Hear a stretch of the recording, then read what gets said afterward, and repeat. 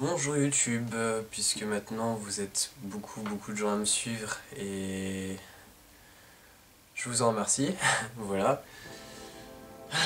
Putain, je me disais à chaque fois 150, grand max, et bon, je suis à 1500 maintenant, bon. Euh... Bon, passons dans le vif des choses. Nous sommes le 14 mars 2018 et je suis à 2 mois post-op et 5 jours. Ça fait depuis dimanche soir que je ne suis plus sous codéine, on va dire.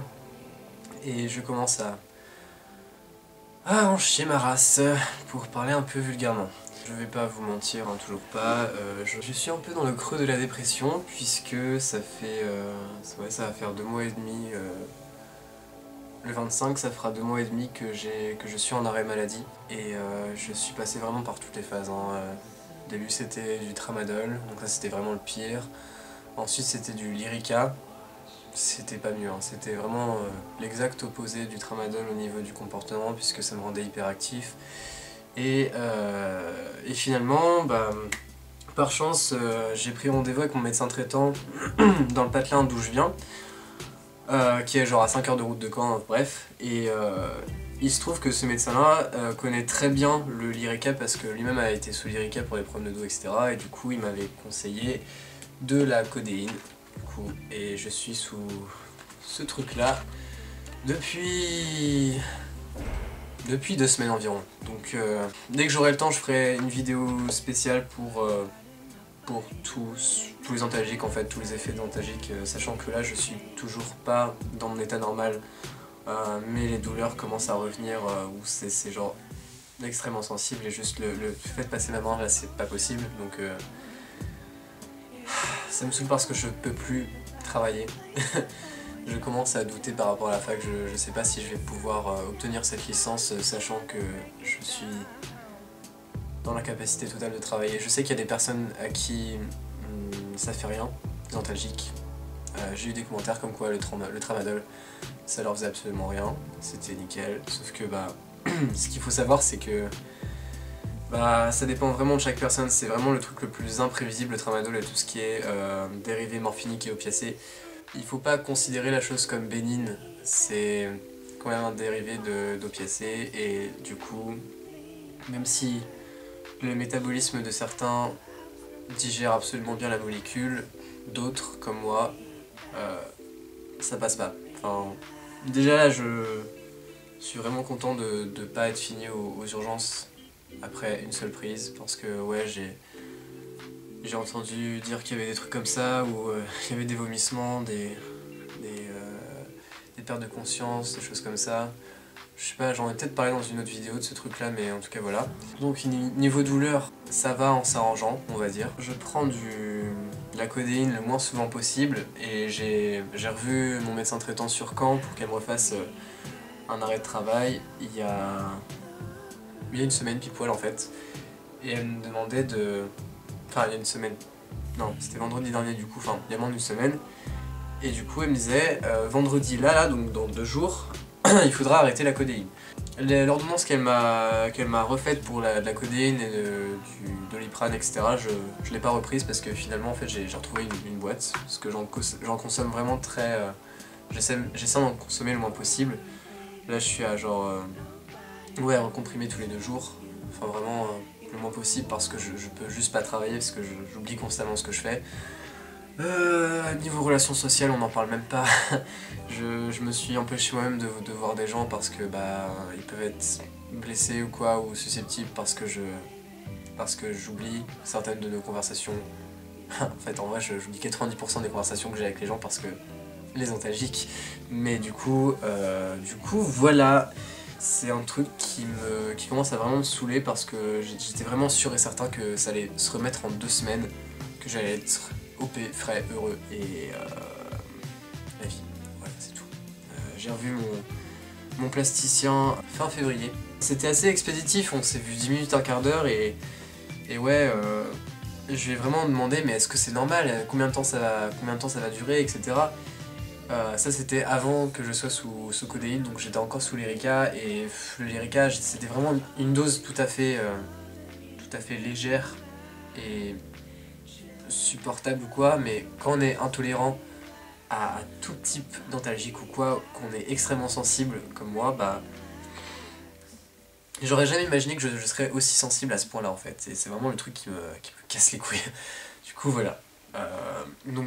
Ce rendez-vous là était expéditif parce qu'il m'a dit clairement, ouais il y a des gens, ils se remettent en 2-3 semaines, en 2-3 semaines c'est bon, et puis d'autres où ça dure 2-3 mois. Du coup moi j'ai pas envie que ça dure 3 mois, clairement là je prie pour que ça s'arrête en fait. Le résultat à 2 mois post-op ressemble à ça. Je sais pas si on voit bien, on voit clairement qu'il y a une différence de taille entre les deux tétons. Sur le côté droit c'est un peu plus réduit, et le côté gauche est vraiment plus large. Et ce qui est assez magique c'est qu'en fait, là je sens. Je suis pas censé sentir aussi rapidement, mais là je sens en fait tout simplement. Il y a juste une rougeur qui me démange à cet endroit-là, mais je pense que c'est quelque chose d'assez bénin, c'est assez normal. Il n'y a pas de problème niveau cicatrisation. Je suis toujours avec du Cicalfate, mais Lila, la personne que vous avez vue hier, m'a passé des trucs en fait. Donc Lila m'a passé ça, et ceci, voilà.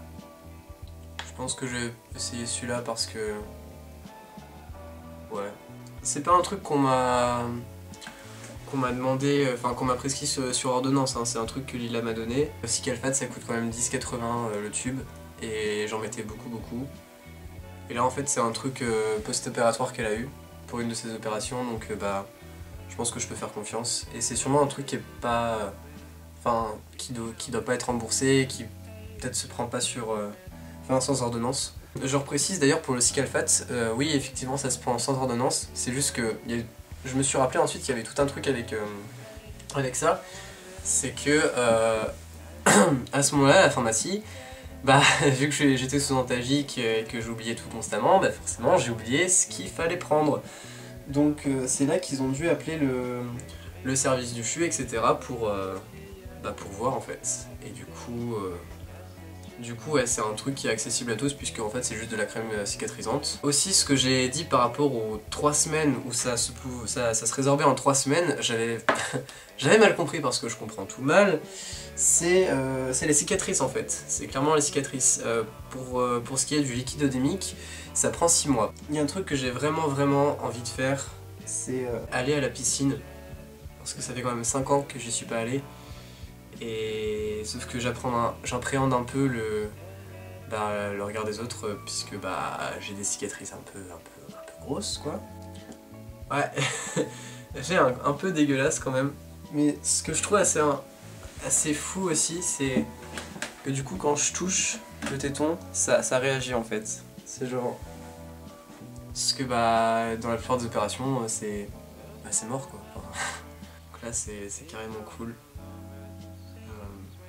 Ouais, je suis toujours hyper satisfait. Il y a juste eu une petite bulle de sang qui s'est formée là. Mais c'est juste ce qui arrive, hein, c'est bénin. Maintenant, vu que la cicatrice est plane, il faut faire des petits ronds pour la planir encore plus. Et ce qui est intéressant, c'est que voilà, quand je contracte, on voit clairement en fait, parce que là ça s'aplatit de plus en plus, et là ça fait genre pouf, comme ça. Donc là je sens que de plus en plus, là ça commence à être moins sensible ici, parce qu'au début c'était comme si... je sais pas comment décrire ça, c'est comme si la peau à l'intérieur était extrêmement sensible et vraiment à vif. Sincèrement ça pue, genre sincèrement quoi. Un truc que je recommande aussi c'est l'huile de chanvre. En plus de la crème cicatrisante évidemment. Vous mettez ça la nuit avant de vous endormir et vraiment c'est hyper nourrissant, c'est de l'huile biologique réparatrice, entre 4,50 € et 5 € le petit pot. Il y a 50 ml dedans, mais c'est tellement... comment dire, c'est tellement huileux que ça dure très longtemps. Genre celui-là j'ai dû l'acheter en août je crois, et on est en mars. Donc et j'utilise assez souvent. Ouais, clairement l'huile de chanvre en fait c'est de l'huile de cannabis. Du coup voilà, vous pouvez la trouver en pharmacie, parapharmacie, des trucs comme ça. Je ferai un live très prochainement avec Lila encore une fois sur ma chaîne. Je sais pas encore la date mais voilà, enfin si vous êtes de passage, c'est cool. Ce sera sûrement un samedi après-midi. Voilà, bisous.